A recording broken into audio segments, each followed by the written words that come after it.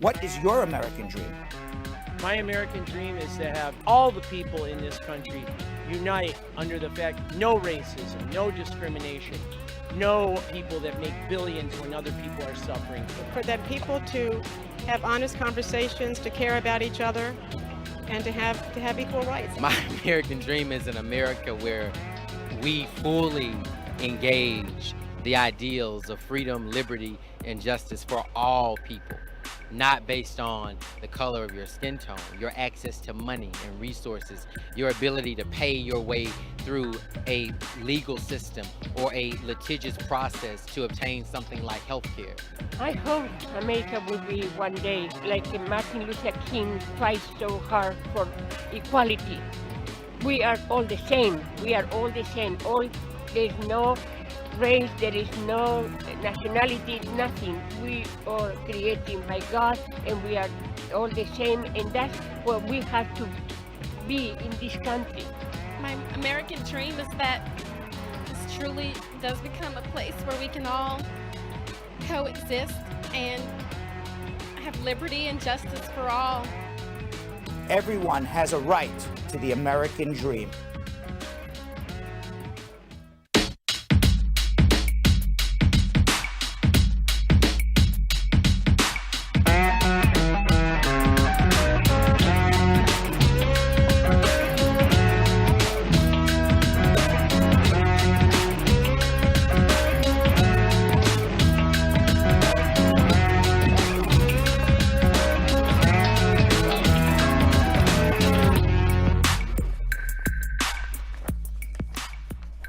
All right, everybody, it is June 2nd. What do I have something in my ear? 2021, Wednesday. Even though it says Tuesday on my rundown, I know it is Wednesday, June 2nd, 2021. Welcome, Yonathan Yo-Yo Elias, Vanessa Nesquik Contreras. Hopefully, somebody can hand me the correct rundown. I'm grateful for your awareness, Brad. I'm glad you know it's Wednesday. It is Wednesday. I looked down to confirm the date. It says June 1st. I said, You're like, no, that's not right. It's still the right. It's the right rundown, just the wrong date. I checked. Okay. I checked. You've. Yeah. Then Actually, let's start again. We're all down on the same rundown. I thought I was looking at the wrong thing for a second, but You're good, babe. You're good. we're all good. All good. All good. How you guys doing, by the way? Great. Feeling good. Bar mitzvah season is back. Is So it really? You mean yeah, kids and are turning 13 again? Jewish kids are turning 13. Right. It didn't happen for a full year. Yo-Yo, back in business. Oh, Lord. For those who don't know, Yo-Yo has a side job. You know, he does Branch Alive. He does some other productions as well. He has his social media gig going. So, and then he has like you have a side job. This is the side job where he is right, where he's the MC at Bar Mitzvahs on Saturday nights. So, Yep. so your first one's back now. Yeah, I'm not too happy because usually I do them like all over the city. It's all in the city, but because this is a new era of bar and bat mitzvahs, they're gonna have it at their house, and it's 2.5 hours away. Oh, not happy about that. Yo, even though you're not happy, I am sure the bar mitzvah kid will be very happy. All right. Yes. And so, I mean, let's look at it on the other side. And by the way, I remember when Yo-Yo was here in the studio, which hopefully we'll all get back to soon. And he used to get calls right before the show would start, Vanessa, where like people were begging for Yo-Yo to MC there, and Yo-Yo was like, "Listen, man, I'm too busy." And the people are calling like, "We just want Yo-Yo. We want Yo-Yo at the bar mitzvah." I literally had a Zoom meeting right before this, and the mom literally was on her knees like, "I'm so happy you did it. I'm so happy you're available," because this was supposed to happen last year. Right. I was like, just because I had a meeting with them, I was like, I'll do it for them. And Vanessa, how many bar and bat mitzvahs are you going to be attending this weekend? I mean, maybe not this weekend, but I remember those days. Those bat mitzvahs always need those atmosphere people. I mean, that's why we're on Brad's show live, right? Atmosphere, Atmosphere, energy. that's right. So you're like this is like a bar mitzvah every day. Look, I was just gonna ask you, what if you had wanted Dr. Love on to have hosted your bat mitzvah? Let's keep it real, Brad. I would have loved Dr. Love and Boss Lady on my bar mitzvah. I mean, I didn't get any of that stuff. Back in the day, you didn't have all this, fancy schmancy things. Listen, Boss Lady, I could have got you a gig as a dancer for the bar mitzvahs. They love y'all. They love a beautiful girl dancing up at the bar mitzvah. Our bar mitzvahs are pretty lit. They're fun, right? They're fun, right? Yeah. Oh, they're fun. All right. So, anyways, it's Hump Day, guys. Let's say hello to the squad. The Forbes, squad up. How are you? Missy Jean, squad up. Imiola saying, hey, Latoya, his forever Peterson. By the way, I would assume most of the squad knows what a bar mitzvah is, right? What do you think? Yeah. Or no? Well, let them know. I would say 50-50. Probably 50-50. I agree with that. I'm sure more have heard of it. They just but don't they even not know what the whole deal is. Right. Let us know if you know what a bar mitzvah is. I'll announce at the end what it is. Okay. Yeah. Yes. All right. I'll let Yo-Yo announce, and then you know what it is too. Right. So that's quick. We'll all announce it together. All right. Elizabeth Francis, squad up. Carol Anderson, the Tiger, squad up. How are you? Denise Johnson Green saying, hey, Brad and team. Carol, the Tiger, squad up. Lola Lucy. I like that name. Willie L. Williams, squad up, everybody. Willie L. Williams reminding everybody it's Hump Day. Happy Hump Day to everybody. Happy Wednesday. Joan Grant, squad up. Debbie Walters, squad up. Dion Reed. Rosie Joy is watching. We see you. Chetty Mandori, squad up. Jojo Nelly saying happy Camel Day, guys. And the Forbes with about 7 emoji camels. And who else we have here? Star Girl Mika. Squad, please welcome my grandma, the baker. Auntie Cynthia Bravo Hansen to the squad, new VIP members. Stargirl bringing her entire family on the show today. Welcome, Stargirl's family. The Forbes with a pre-question of the day. How long would it take before a non-U.S. spouse to be reunited with a significant other in the United States after filing? I guess you're asking the question, U.S. citizen filed for spouse abroad, how long will it be? About 12 to 18 months. Hopefully, keep your fingers crossed. Sasha Ford, squad up. Charity Breaky, we see you watching. And Jessica Leamy, Sandra Rose Stoddard. Let's check out what's going on YouTube. Westman, he's back on top. He was when he was on top, the first commenter on YouTube for a while. He fell out of the top 5. He's back today. Top Cat, we don't keep track, by the way, but we do.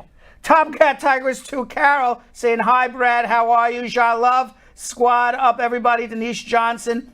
Carlos Estrella, squad up from the DR. He's popping in. Carlos has watched for a very, very long time. Then he disappears and he comes back. So welcome back, Carlos. Olivia Love, how are you? Ava Gay Blackford saying, hi, Brad, how are you? And Sanjang Yatari with another pre-question of the day. Good evening, Brad. Asylum case pending more than 5 years. Biometric fingerprints did not come. What can I do? I'm sure you've taken a biometric in 5 years to get your work permit, but if you have not and it's been pending for more than 5 years, I think you may want to discuss if you have a good case to get approved, you would want to do a pre-litigation mandamus and force an interview. If you don't have, you have a so-so case, maybe you're better off just collecting work permits and letting them forget about you for a few years. So I think you would need a consultation to figure it out, because if you have a so-so case and you get denied, you're in removal. I have Gay Beckford with another pre-question. Hi, Brad. I have a friend from the Bahamas who is currently in an abuse shelter here in the United States. What can she do to get her paperwork and be able to work? I guess she's in. I guess she had to leave her spouse because of abuse. Then you would be filing a VAWA case. We would need to speak with her to advise her what to do. You'd be filing an I-360 and an I-45 and an I-765. Those would be the forms you would want to file so you can get your work permit, get your abuse case filed. All right, Yonathan. All right, Vanessa. We have welcomed everybody to our show. We've said squad up to many, but not all. Let everybody know what's coming up while I get ready for schmoozing. Absolutely. All right, squad. You already know what time it is. It is time to start sharing, because we're about to start schmoozing. Almost went back to my old ways. Schmoozing with Brad, talking headlines and immigration news, including the Biden administration's formal termination of the Trump-era Migrant Protection Protocols program.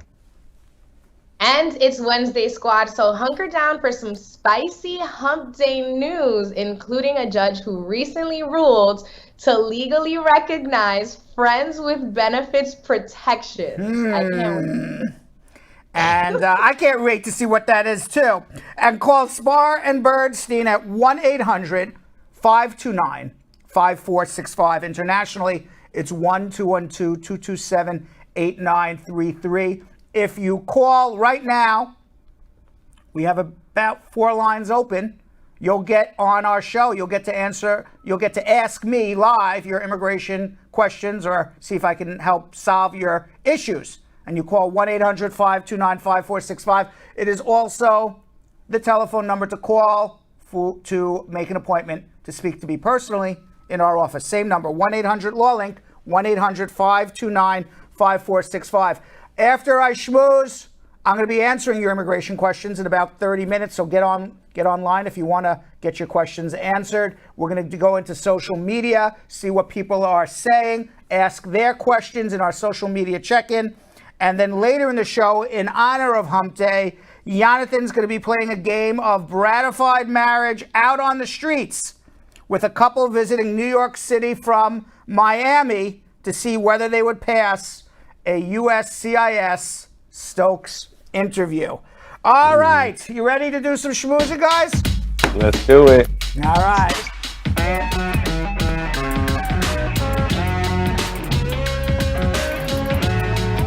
So yesterday, the Department of Homeland Security Secretary Mayorkas issued a 7-page memo formally terminating the Trump-era Migrant Protection Protocols program. That was the program that if you applied for asylum, you had to remain in Mexico in Tent City. We talked about it for several years here on Bradshaw Live, and then they would meter people. They would only interview a certain amount of people each day. The backlog for an interview to get interviewed for your asylum was backed up 6, 9, 10, 12 months, sometimes well over a year, living in these Tent City waiting for an interview just to make an application for asylum in the United States.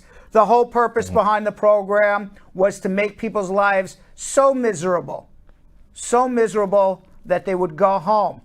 But the reality was that as miserable as Trump made life for people who wanted to apply for asylum, it just shows how horrible conditions they were in, that they remained on the border waiting to come in the United States in these particular conditions. Well, the policy forced, according to some estimates, tens and tens of thousands of Central American asylum seekers to wait in these tents on the Mexican side of the border. The Biden administration paused the program after he took office on January 20th. He has finally, yesterday, ended the program, and in a memo ending the program, the Department of Homeland Security Secretary Alejandro Mayorkas said on Tuesday that the program did not adequately or sustainably enhance border management, noting that border arrests increased at times while the program remained in place. He said, moreover, in making my assessment, I share the belief that we can only manage migration in an effective, responsible, and durable manner if we approach the issue comprehensively. According to the Biden administration,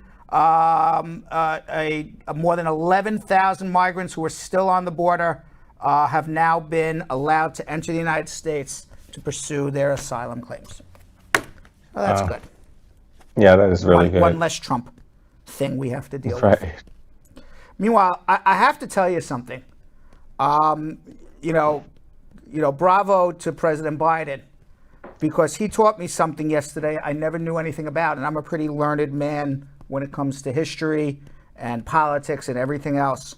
And I have to tell you, Yonathan and Vanessa, in my 52 years of life, and it's really an indictment on the United States educational system and how they whitewashed one of the worst days, based on what I've read in the last few days, one of the worst days in American history, that nobody knows anything about this, including me. The Black Wall Street in Tulsa, Oklahoma, where more than 300 Black Americans on May 31st, 1921 were killed. Did you learn anything about this in school? Not in school. I remember I was telling you, I had to learn mainly all of Black history like this outside of education. But this is not even Black history. This is American history. I mean, this was one of the worst, mass killings in American history. You want to call it Black history? I mean, it is history, period. Whether You've never heard of a Black Wall Street? I've heard of Black Wall Street. I never knew that what happened on May 31st, 1921 actually happened. So that's why everybody was so mad at Trump for saying that he wanted to do the rally in Tulsa during the actual anniversary of Tulsa killing. That's what it was, one of the most ridiculously harshest thing anybody could ever do. I agree with you. It was race baiting. Yeah. What he was doing was race baiting. Now, let me just, for those who don't know what we're talking about, and I'll be honest with you, if you asked me a week ago to tell you about the Tulsa race massacre of May 31st, 1921, I would have said, what? I never heard of it. Wow. The Black educator, let me give you a little history lesson here, because I did a little research myself. The Black educator Booker T. Washington coined the name Black Wall Street for the neighborhood of Greenwood in recognition of its thriving Black middle, upper, and professional classes. Most of the people living in these neighborhoods owned Black businesses. They were business owners. Some had small businesses, some had mid-sized businesses. They were business owners, and they were middle class and upper middle class African Americans. The neighborhood flourished after O.W. Gurley, a wealthy Black landowner, bought 40 acres of property in Tulsa, Oklahoma in 1906 and named it after the Mississippi city Greenwood. He started a boarding house for African Americans, ensured land was sold only to Black people, and provided loans to Black-owned businesses. Now, the massacre erupted Memorial Day weekend of 1921 when a Black shoe shiner, Dick Rowland, 19 years old, was falsely accused of attempting to rape Sarah Page, 17 years old. Now, you can imagine Dick Rowland was Black, and what do you think color was Sarah? White. So fearing that Rowland was going to be lynched at the courthouse because he got arrested, about 75 armed black men converged on the courthouse to guard him, to save his life. And he was falsely accused. It turns out he didn't do anything to this girl. Now, when the 75 black men came to guard Dick Rowland, 1,500 white people came and confronted them, started pushing each other. Eventually, the 75 armed black men had to leave. The black men retreated to Greenwood, but the white mob followed them into Greenwood, looting, burning homes, businesses, shooting black residents at random.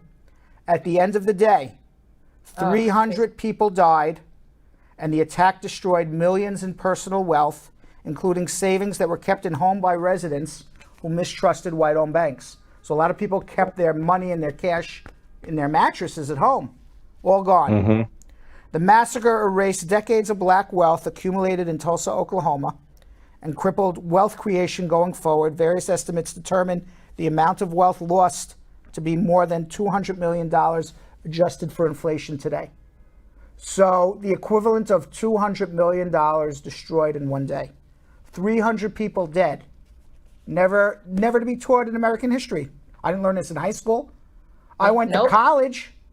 I took American history. I didn't learn this either. They definitely weren't going to teach you this in high school. Yeah. I mean, I went to high school in the 1980s, but I went to college in the 90s, and I don't know. Never learned it. No, me either, though.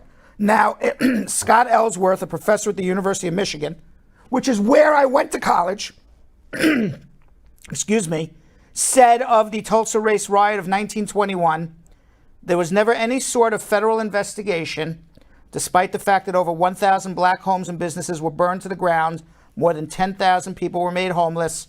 The federal government never stepped in and tried to figure out what happened.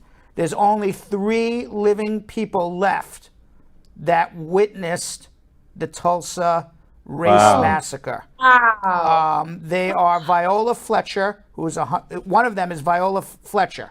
She is 107 years old. Wow. And she told lawmakers recently at a House Judiciary Subcommittee hearing that was held in May, I will never forget the violence of the white mob when we left our house. I lived through that massacre every day, presumably for the rest of her life. So that's the history of this, which, I mean, why would we never learn this? But a lack of awareness. And Yo-Yo, you could go on for an entire 2 hours on what this is, but I do praise our president for building that awareness. So Now he went to Tulsa, not to race bait, but good for him to bring some sort of spotlight on a piece of American history. And it was a bad day in American history. It was not a good day in American history. A bad day in American history that most, I don't want to say every last person, but I'm a pretty educated guy. I didn't know about it. Now, Biden said in Tulsa, okay, and this is the 100-year anniversary of the race riot. Of the race, it wasn't even a race riot, it was a race massacre. I came here to help fill the silence because in silence, wounds deepen. And in this speech, Biden connected the massacre of Tulsa 100 years later to the weekend in 2017 in Charlottesville, Virginia, when white nationalists rallied with tiki torches, racist chants, and violence. He also announced that Vice President Kamala Harris is going to lead an effort aimed at protecting voting rights, saying the right to vote is under assault with incredible intensity like I've never seen before. Many of the Republican states, many in the South and West and Southwest, have restricted voting, made it more difficult to register to vote, put barriers to voting. Most of these restrictions and barriers are presumably to prevent people of color, brown and black skinned voters who are Americans, from voting, from being able to register to vote. So a lot of that's happening, and perhaps if those restrictions were in place in 2020, perhaps the pumpkin would be president today, because a lot of people would not have been eligible to vote by mail because of COVID. Right. hopefully there's no COVID in 2024. And my hope is that when people see, a lot of times people don't vote because of apathy. They don't care enough. But my hope is that when people see, hey, you're taking away something that I have a right to do, that maybe they'll be a little less apathetic and actually, even though there are barriers, jump over those barriers to vote nevertheless. And hopefully that's what happens. Because it could go both ways. You don't know until the actual election happens. See that just what you said is why it's so important for us to learn. And when I say us, I'm talking about Black people, to learn about our history. Like I said, this is Black history. And the reason why I feel like, they didn't want us to know this is because they don't want us to know how much power we had or how much we could have if we all stick together, or how much voting really does help. And, our vote does matter. We're kind of taught that, it's so many people that are voting, I'm just one, it's not going to matter. But like if they found out what their ancestors had to go through in order to just vote, then, more would come out. So this right here, raising awareness is what we need. So I love agree. it. Applause all around. And just real quick, go ahead. Guys, like just a super random fact, but this woman Viola that survived, like she was 7 when this happened. That's wild. Well, that's what she says. That's what I mean. If you read interviews of people who survived the Holocaust, they live with it for the rest of their lives. Correct. Every day, it's in them. They saw what happened. You don't get over it. You don't get over it ever. A traumatic massacre, just like the Holocaust was. So wow. And that's what she said too. So sad. Yeah. Well, meanwhile, heavy. This Schmooze is heavy. It's very heavy. It is. It's supposed to be Happy Hump Day, right? Meanwhile, this is what's going on in the news. We got to report it. Russia's foreign minister, Sergey Lavrov, Putin and Biden are going to be meeting this weekend. He's lobbing a few bombs, verbal bombs at the United States in anticipation of the first meeting between President Biden and President Putin. Now, the foreign minister of Russia has said that the rioters who took part in the January 6th attack on the Capitol are being persecuted by the United States government. Now, he made these remarks on Monday in Moscow ahead of the meeting because President Biden has been challenging Putin on Russia's human rights. So if the United States is going to challenge Russia on their human rights, Russia is going to come up with something to challenge the United States. Now, over the Memorial weekend, Biden said he would be confronting Putin about his rights, about Russia's human rights. Alexei Navalny, a Russian dissident. I don't know if you know about him. He just ended a hunger strike in a penal colony where he was jailed after returning to Russia following a failed assassination attempt on him. In January, thousands of demonstrators who took to the streets in support of Navalny was arrested. He is the one opposition leader in Russia because Putin is basically, the dictator. Now, Biden's stance contrasts with former President Trump's approach to the Kremlin. President Trump loved Putin. Loved him. I don't know why, but you can take guesses. Did they have the video of him getting peed on at the Miss Universe pageant in Moscow? Is it because Russia has loaned Trump hundreds of millions of dollars to prop up his properties? Is it because the first meeting between Trump and Putin, they got rid of everybody in the room except 2 translators who were never able to say what their talk was about, which has never happened in Russian-American anything. Anytime the Russians and Americans have ever met, there's always 100 people in the room. And they had their private conversation for 1 hour. Who knows what was traded in that conversation? We still don't know. But Trump loved him. Biden's calling him out. So this is what's happening now. Anybody that Trump loves, I look at a side eye. It's for a reason. Meanwhile, this is a bit trifling. Yesterday, New York Times Washington correspondent Maggie Haberman, very well-known, well-respected columnist, not somebody who just makes up some stuff. She was reported that the former President Trump, the pumpkin, is telling a number of people he's in contact with that he expects he's going to get reinstated to be president in August. Bye. I don't know why, but he feels he's going to be reinstated. Haberman says it's not happening in a vacuum, but it seems to be part of a strategy by Trump to counter the possibility of an indictment. He's not putting out statements about the audits and states just for the sake of it. He's been laser focused on them, according to several people who've spoken with him. So basically, Trump is confusing reinstatement with indictment. All right, maybe in August he expects to be indicted. I don't know. Right.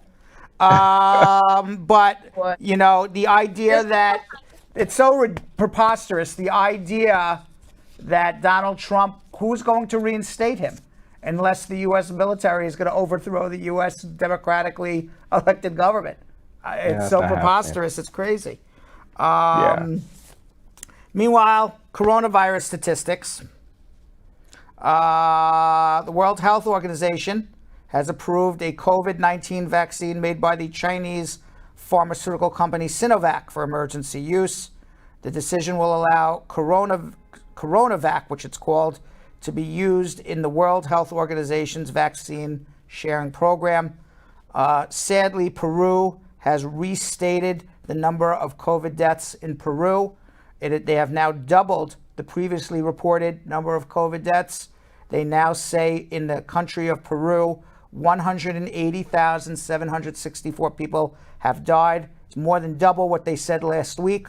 And now Peru leads the world as the highest coronavirus-related death rate per capita in the world. You know, I would believe that most countries do not have proper statistics on how many people actually died of COVID. Now today in the United States, President Biden announced a national month of action and outlined additional steps his administration has taken to get 70% of the American population vaccinated by July 4th. The first step is he will be sending Secret Service to Nesquik's apartment and asking her to step out and actually get vaccinated. Wow, after that, yes, they will be personally visiting you, Nesquik, so don't get scared when you get a knock on the door.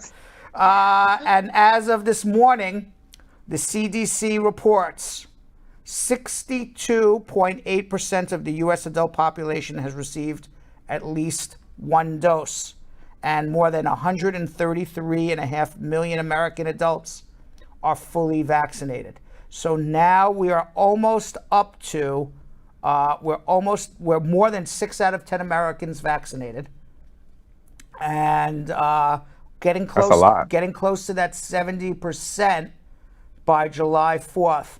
Now, what's so special about that 70% threshold is that originally a year ago, they keep changing it around, but the first things we ever heard was when this vaccine comes out in December and January, if we can get 70% to herd immunity, which would be 70% of the population of the United States to herd immunity, either because they're immune to COVID because they've already had it, or because they are vaccinated, that's when life will go back to pre-COVID. So we're hoping those statistics remain valid, that scientific knowledge remains valid at 70% vaccination rate. Hopefully by July 4th, we can go back to whatever, almost normal. I don't think we ever go back to normal, but almost normal. Right, almost. Yeah. Now, the month of action, Biden really wants to get 70% by July 4th. So he's pulling out all the stops. I said Secret Service is coming to knock on your door, Nesquik. Another thing they will be doing is they are partnering with Anheuser-Busch, the beer company. Did you hear about this? Anheuser-Busch is going to give a free beer to every American over the age of 21 on July 4th if we reach 70% vaccination rate. Wow. Every American over the age of 21, free beer for everybody. Way to go, Anheuser-Busch. All right, everybody gets a free can of beer if we get to 70% vaccination rate by That's July 4th. hilarious. Yeah, now the company said in a news release that if the United States reaches that goal, Anheuser-Busch will buy America's next round of beer or seltzer or non-alcoholic beverage. It instructs those 21 and up. You see, here's the catch. All right, which is why I got to say, come on, Anheuser, you got to do better than this, because they announced that they're going to give it to everybody. So you know what? We've lived through so much this year. Everyone deserves a can of beer, right? I mean, you would think, right? I mean, I agree. So you read this thing. You're like, all right, thank you, Anheuser-Busch. Everyone, we had such a bad year. You know what? We got the 70% vaccination rate. Every American gets a free can of beer. I think that's a good idea. I'm down with that. I'm down with that too. But now, to get your free can of beer, that's why I say, come on, Anheuser-Busch. Either give the beer away or not. It instructs those 21 and up to upload a picture of themselves at their favorite bar to get. So you got to walk into a bar, upload a picture to get your beer, because then you got to ask the bartender for the beer. The industry, they need a little promotion. All right, so then they get you into the bar. So you get your one beer, then you have your second, your third, and end up making money on it. Those damn capitalists. Yeah, come on, nobody's gonna go in just to get one beer and leave. Marketing. Come on, Ed. You know what? I take that back now. Right. I was going to say, come on, that's the best thing I ever heard from Anheuser-Busch. Now, you stick Anheuser-Busch. Just give away the free beer. Give away the free beer. You don't make us walk into a restaurant or a bar and upload pictures. Everyone just deserves a beer. We had a bad year. Give everyone a free beer. Whoever led that marketing meeting, I applaud them. Yeah. For real. Flip it. Now, the White House has also announced that 4 of the nation's largest child care providers are going to offer free child care until July 4th to Americans who are getting their COVID vaccine or recovering from the shot. KinderCare, Learning Care, and more than 500 YMCAs will offer drop-in care during vaccination appointments. Bright Horizons will provide free child care to more than 10 million workers employed at participating organizations.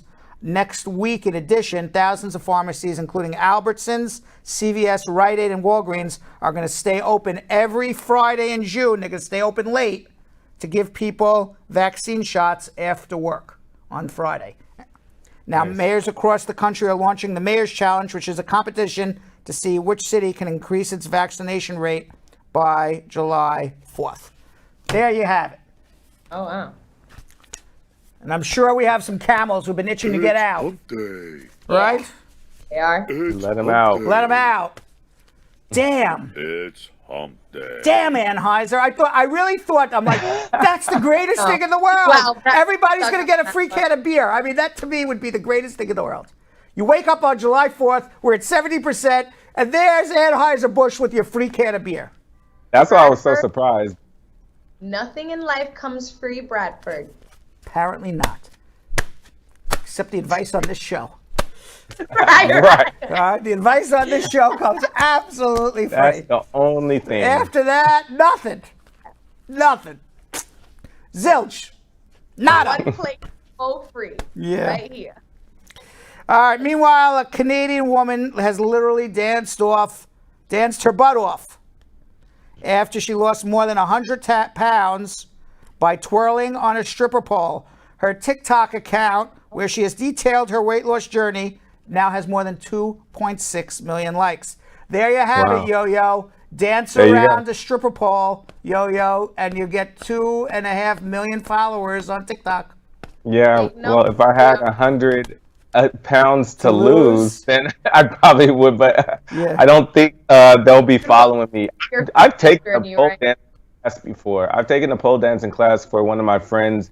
It was her surprise birthday party, so they got all the friends to take this pole dancing class. That thing is hard. It's very hard.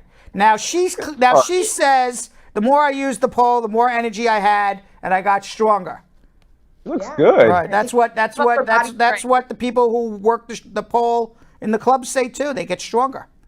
Yeah. It takes a lot of upper body strength. I've never been able to navigate. First of all, Yo, I appreciate you for being so well-rounded. Like, I was not expecting you to say that. Like, I definitely appreciate that about you. But then it's like the 1 or 2 times I've tried, and I'm a professionally trained dancer, like, but it's different to be a pole dancer because that upper body strength, which like I've never had that. You need that. Now, You need it.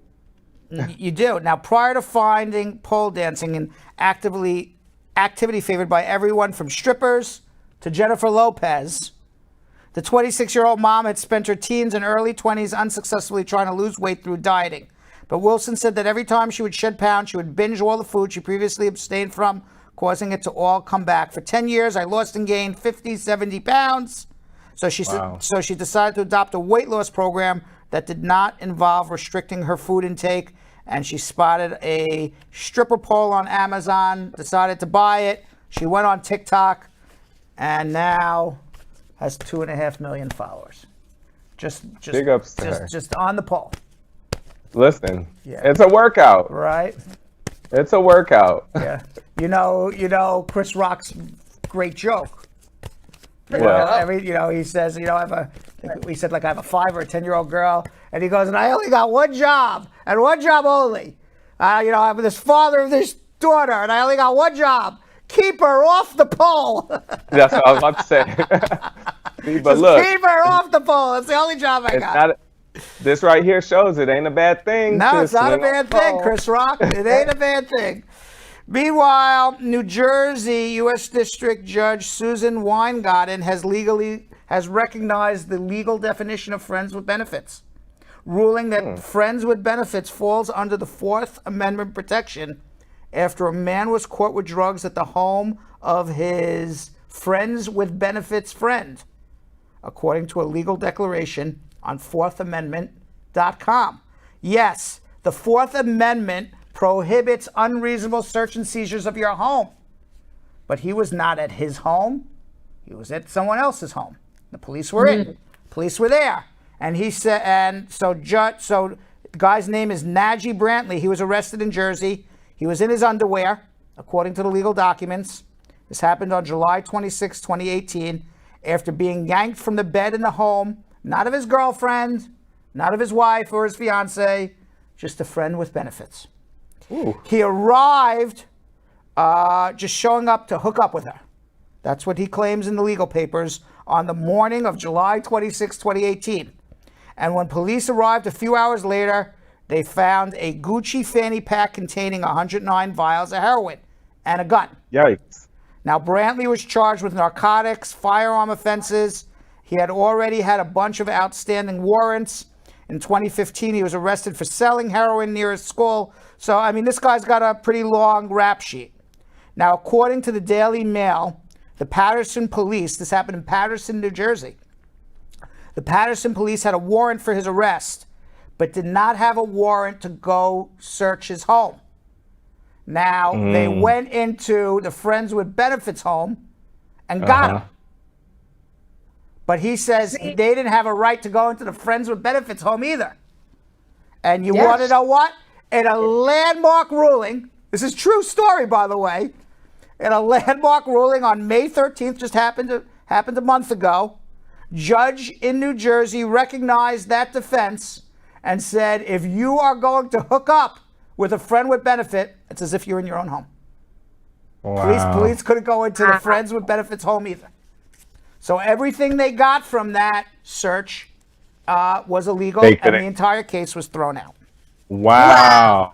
Wow. Of course, there's no place like home. Like, I had no idea that that's where that story was going to lead. And, like, I am a Jersey girl. As soon as you said New Jersey, I'm like, 5 cities where this could have possibly happened came to my mind. And, yeah, Paterson. And that was one of them? Yeah. I know Jersey. If I know Jersey, I know Jersey. Of course. This is okay. Now, Friends with Benefits. Now, I am going to read what the judge wrote. The judge wrote, this court accepts that the defendant was more than a short-term guest at Miss Real's apartment and thus had standing to challenge any subsequent warrantless search of his belongings. In other words, if he just came over to have a sandwich and leave, talk and leave. It's not really his home. He's not really there. He's a short-term guest. They're allowed to barge in and get him.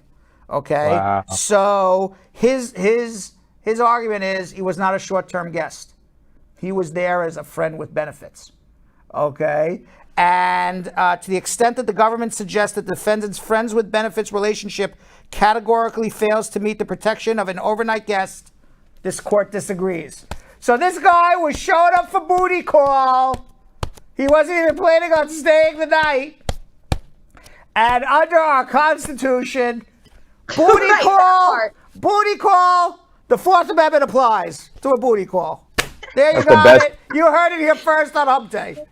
That's the best booty call anybody could ever ask for. If that is not the most 2021-ish thing that we could discuss, like, literally, let's let this year bring, like, the impossible, like, our way. Right. It's a very, very, you can imagine, I can't imagine being the lawyer where you go, you're like, the lawyer who actually had to go and argue that, but you want to know what? You would laugh in court, but it worked, so. Every penny paid well earned. That is right. That is right. Now, you may also remember our friend in Kazakhstan, the bodybuilder who married the blow-up doll. Remember this guy? Blow-up doll? Yeah. The blow-up sex doll?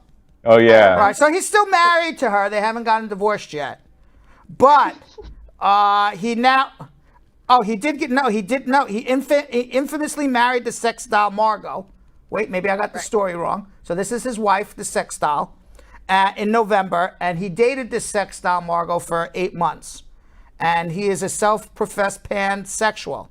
Well, now it is being reported that Tolchenko, that's his name, Yuri Tolchenko, dropped the bombshell on a UK-based dating show that he is now open to dating a human being, as long as they like his silicone soulmates as well. So maybe he wants to be in a truplet with a real person and a sex doll. He said, I was in a real relationship in the past, about 7 years. It's interesting and important for me. And in the future, maybe I will have a real person, but it's important that she or he likes my dolls too. Turns out the muscle man revealed that he divorced Margot so he can take it up with 2 new dolls. He was cheating on Margot with 2 new dolls, playmates Luna and Lola. So he divorced Margot, the sex doll, and is now taking up with Luna and Lola, but he's interested in finding a human being also. Right. And he went out and purchased 2 more partners. We will be following this story very closely on Hump Day, and we'll let you know any updates on our Kazakhstan bodybuilder Yuri Tolchenko's love life and which dolls he's with, and if he shows up with any humans. Is this anything you're interested in meeting him for any reason? I'm just happy we can follow up. Okay, fine. We don't need to interview him on the show. We don't need to bring him on for an interview. Hump Day interview. Me and Yo-Yo are okay on. We'll pass on that piece. All right. Right. And by the way, are you guys like baseball? By the way, you know what happens in a rain delay? They bring the tarp out onto the field in baseball to cover the grass, so nobody, the grass has to stay perfect. And the reason grass has to stay perfect is they don't want a ball to take a bad bounce and change the game. So the grass always has to stay perfect. If it rains, they stop playing. They put the tarp on the field. Well, it started raining in a Washington Nationals game recently, and the stormy situation, however, did not stop a fan from ripping all his clothes off, jumping on the field, and doing some slip and slides on the field at the Nationals game. Eventually, after sliding on the tarp completely naked, oh my God, there he is. The security started following him, and he made it into a tube that holds the tarp in place. And they eventually had to pull him out of the tube in the rain at the Nationals game, completely naked. And I guess he got arrested. It's like a huge slip and slide. Yes, it was one huge slip and slide there. The fans were going crazy. The Of course. fans are going crazy. It was actually better than the baseball game. More I'm sure. entertaining. Meanwhile, for those who want to follow me in my footsteps on OnlyFans, as you know, we are on OnlyFans right now. We don't have that many people following us. We don't make any money on it. We just give out free information on our Braducations. But for those of us who want to follow us on OnlyFans, Riley Reid, who is one of the most followed adult film actresses, porn actress on OnlyFans, it has just been reported that she just slapped down $4.8 million for a brand new mansion in Pasadena, California, paid all cash, no mortgage. Born Ashley Matthews, all money earned from OnlyFans. Born Ashley Matthews, the 29-year-old Florida native, paid the amount in full for 4-bedroom, 6-bathroom compound. While she may live in the lap of luxury now, Reid has been vocal about the struggle she faced as a sex worker, revealing how she has an estranged, toxic relationship with her mother, finds it difficult to form meaningful relationships with other men, and would not advise anyone to enter the porn industry, as she discussed this from the palatial living room of her $5 million home. Man, Right. oh man. All right, nobody should do this, but One paid nobody cash. should do this. But I paid $4.8 million in cash for a mansion in Pasadena, But I California. don't recommend the Trump this living room. Don't do it. Now, just by the way, Why not? by the way, just Guys, I'm gonna be back. I just have to start an OnlyFans. This was great. I mean, I Right. appreciate the work we have done here. you're like My morals are in better I'm a places piece now. here. you're like Brad. Maybe I'll be able to rent an apartment in 20 years with what you pay me. I'm out of here. No, I'm so grateful. I'm out of here. Goodbye. Now let me tell you a little bit about her home. Okay, it features a main house, a pool house with a fireplace, and a separate detached guest house. There's 3 different structures on this property. It's situated on 3.6 acres. Reid's new main house has 4 bedrooms, a great room with a kitchen, with soaring ceilings that go up 60 feet. Soaring ceilings and a 60-foot sliding glass door with a massive wraparound patio. Now, she is the #1 ranked porn star on Pornhub, apparently. She has more than 1 million Instagram followers. She has won 9 adult video awards. She is which is the porn's answer to the Oscars, including 2016 Female Performer of the Year. She is a porn superstar. Now, according to the I've never even listings, heard of her. according to the well, now you're gonna Yo-Yo after the show is gonna be checking out Pornhub and checking out who she is. Right? There's a Research. Well, we it's all know we're the research. doctor. Right? When everyone comes in, like, why are you looking at all these Riley Reid videos, Yo-Yo? Research. It's all research. Just wanted to see. All research. I wanted to see so we could talk about it next someday. Right. My job asked me to do this. It asked for it. I'm gonna tell you, and Yo-Yo's gonna be watching like, this is awful, my job. Right. Now, It's according really tough sometimes. Now, according to the listings, walls and doors of glass throughout the home boast endless views of the canyons surrounding Los Angeles, as well as the downtown Los Angeles skyline. There's a 450-foot gated driveway. The main house offers, as I said, 4 bedrooms. The master retreat comes with a double-sided fireplace, opens to a private patio.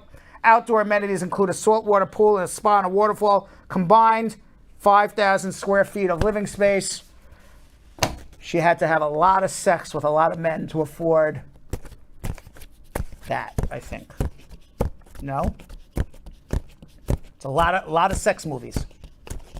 It's a lot. It's a lot. No. But she took advantage of it. And, with the pandemic, when the pandemic hit, I heard all of these porn stars were making millions. Well, so. Listen, I'm not saying to anyone to go into porn, but if you're going to go into porn, you can't go in with like this. If you're going to do it, You gotta do it. you got to do it. You can't put it in the toe All and be in. like, you can't do a toe No. and just be All like, in. all right, I'll do 2 or 3 movies. the way in. Because once you do a movie, it's out there for life. fact. You can never, ever take it back, ever. Right. So if you're going to go do it, ever, So if you're going to go do it, you can't. So if you're going to go do it, you can't do it with a finger or toe. I mean, you just dive in there and you go for it, baby. You just go for it, and then maybe one day you'll also have a $5 million home. And that should be in all industries and in all creative and in all. You're 100% right. In the porn industry, there's no going back. There is no going back. Well, that's the difference. I mean, there's, yes, and now that you should be doing it all in everything you do. I like to think I do that as a lawyer, but if I choose one day I don't want to be a lawyer anymore, no big deal. Okay. You're good, right? Yeah, I'm good. I mean, I didn't do anything, so. Career shift. Yeah, right, exactly. But, if you once you even do one time, you just dive in and do it. I mean, at that point, caution to the wind is over. We're here to support you. Right, caution to the wind is over. You go, girl, you go, guy, whoever, whatever you're doing, Right? All right. And finally, here's another person who just dipped in a toe. Okay? Here's the opposite of Riley Reid. One radio reporter in Copenhagen. She went all the way for a scoop. Louise Fisher, 26 years old, can be heard moaning and groaning and grinding during the on-record intercourse, part of a 2-minute segment that aired on Radio 4 in Denmark. She did an interview while having sex with a man. Now, Fisher told the German publication Bild, according to a translation by the Daily Mail, "I don't have a boyfriend. That definitely made it a lot easier. My mother just thinks it's funny and laughs. My father thought it was really cool." She did this all as part of an interview to find out what goes on at an underground swingers club in Copenhagen, Denmark. Now, she found out firsthand what goes on in a swingers club. I don't think we needed to have an undercover reporter to find out what goes on in an underground swingers club. We could have taken guesses already. And she found out live on the air. Oh, my gosh. Now, the X-rated segment focused on the reopening of this underground swingers club named Swingland after the lifting of COVID restrictions. She said most of people were very positive of her interview. They thought it was brave and cool. Others think I've crossed the line in journalism. Thursday tweet from Radio 4 linked back the segment. Said, warning, it got hot and wet for both our reporter and the guests. Why did she do this? I don't know why she did this. She went to check out what's going on there, and then she got hot and bothered. And well, I'm good off hump day. I feel like, Is that good? Are you good with that? Reporter goes undercover and really got into her job. Are you guys cool with that?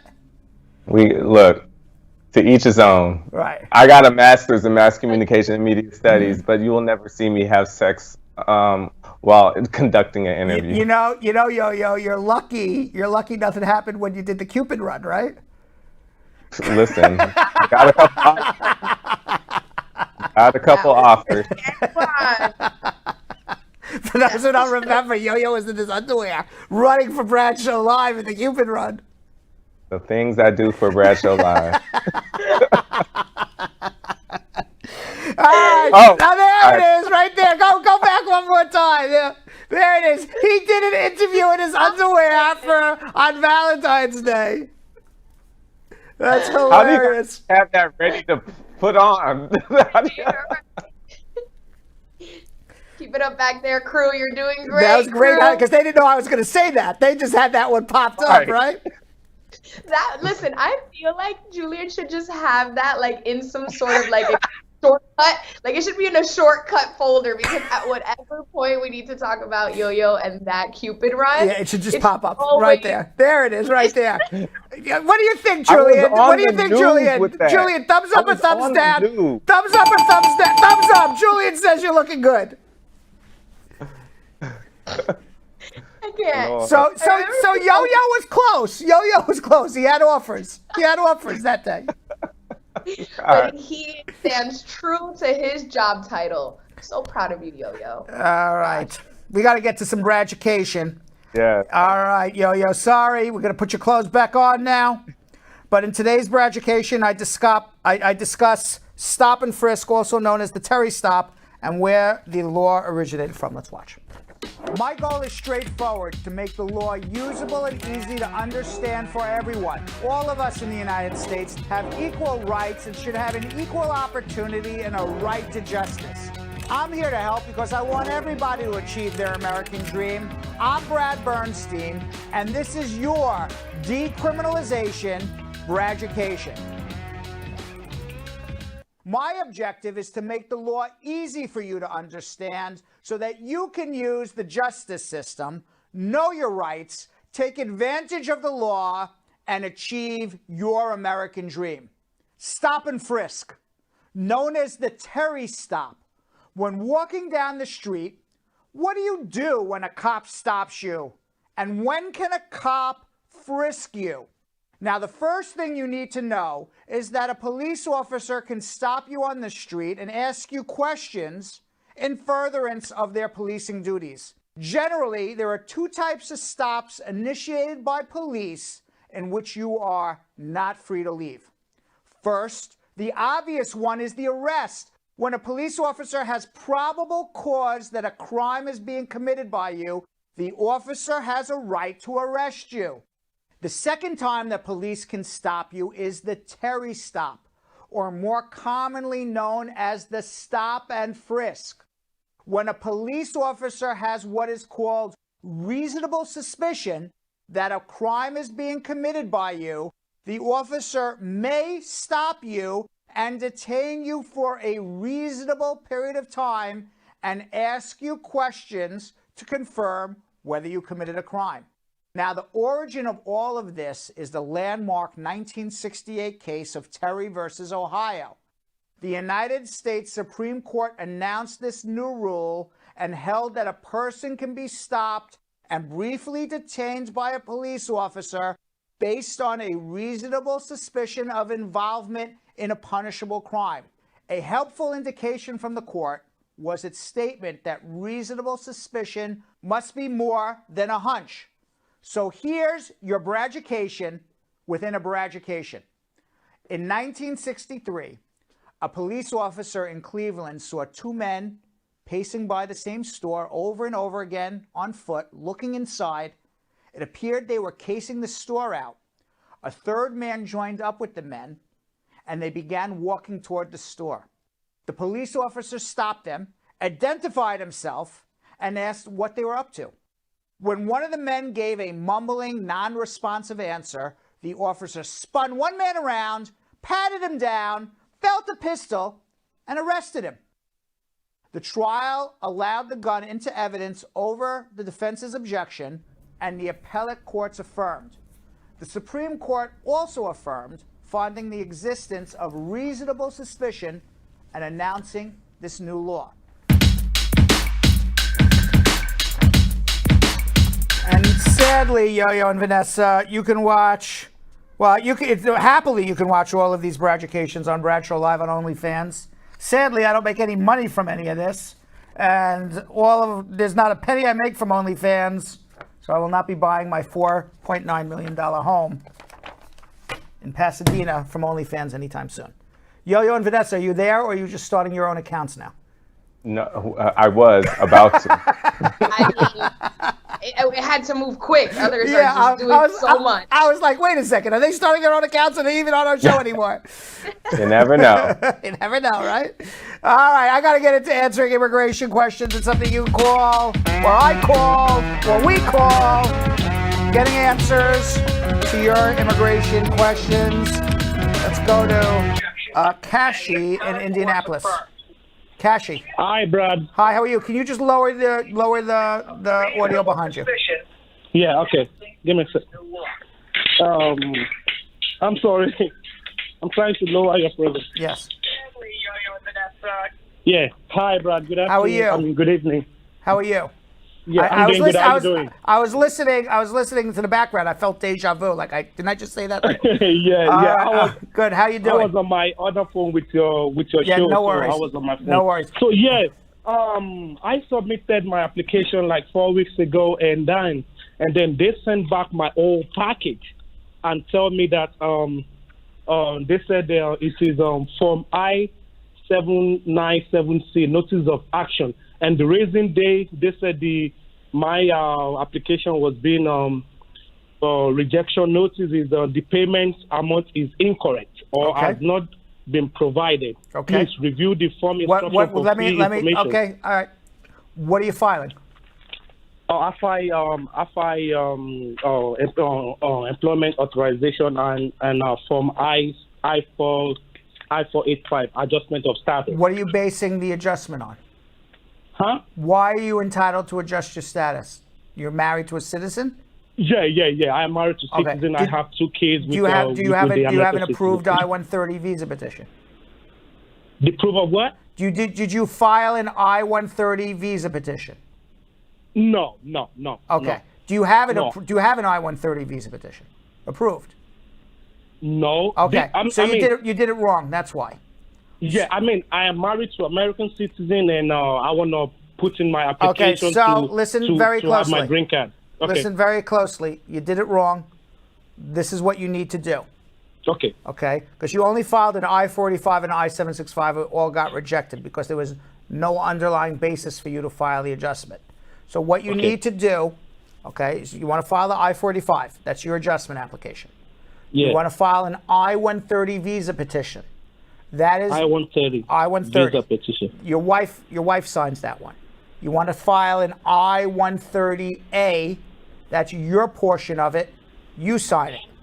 You want to file an I-864. That's the affidavit of support. Your wife signs it. I have all that. Okay, good.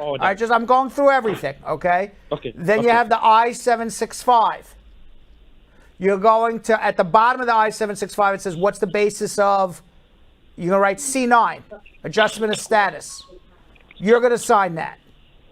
You're going to send in a total government fee, a total filing fee of $1,760.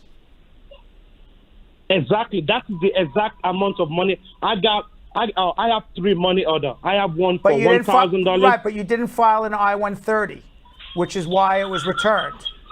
The filing fee is $1,225 for the adjustment and the biometric, and $535 for the I-130, which is $1,760. You gave $1,760, but you didn't have an I-130 there, so they said you overpaid. Okay. So now you said I should file a I-130 visa petition? Correct. With that package together. Okay. You're doing it together. I-130, I-130A, I-485, I-864, I-765, the whole package. You put it together. You attach $1,760, mail it back in. Okay, so does the money order have to? The whole money order just have to be $1,700. Right. It can add up. You could have 2, 3, 4, 5, as long as it all adds up. Okay, the money order should be made out to the Department of Homeland Security. Okay, so do I send this money order back to them? Yes. Or I have to go and get another money order? You can send it back to them. Because it is already being signed by it's the okay. Department. They'll sign it again. It's still good. Okay. It's good money. Okay, so the form I'm going to include is the I-130 visa petition. And I-130A. And I-130A. And that's it. Just these 2 forms. With the I-864, the I-765, and the I-45, yes. Okay, so the I-765, that is employment authorization. Correct. The I-485, that is adjustment of status. Correct. And the affidavit of support, right? Correct. So all I just have to do now is just you fill up the I-130 visa petition. I don't have nothing else to do. I don't have to write in on top maybe the total amount of the money order or anything. No, I just have to sign I-130, I-130A. I-130A, okay. Attach it on top with the same money order with everything else. Mail it back.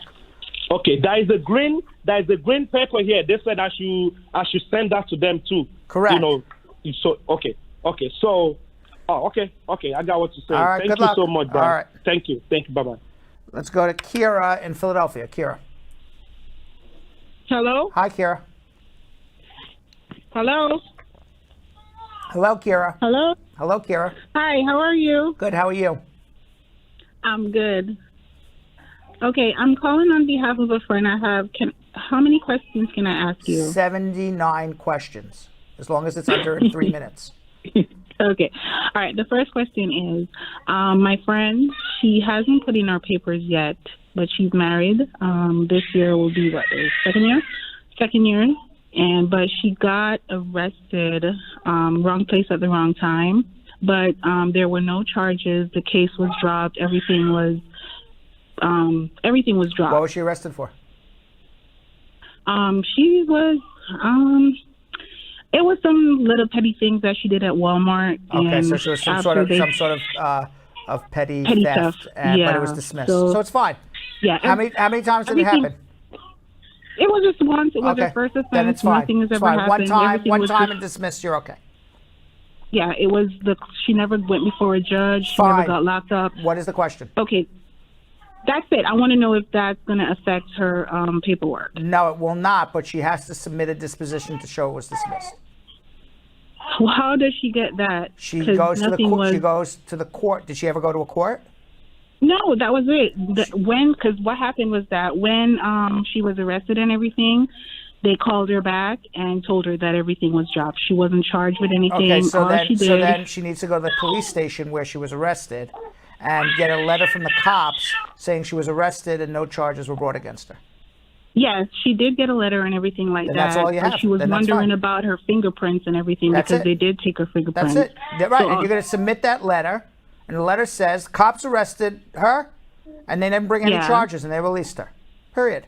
Oh, okay. That's the first question. Okay, the second question is that she came up on a J-1 visa a long time ago when she was in college, so she has her social security number. Mm-hmm. Can she work?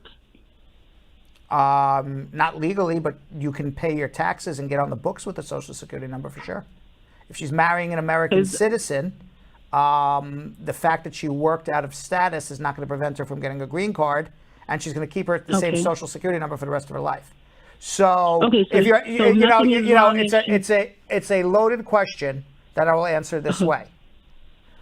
Nothing bad happens to you from working as an undocumented alien, filing an adjustment. What happened is that the job that she got, they gave her this form to fill out. Okay, now that's a different.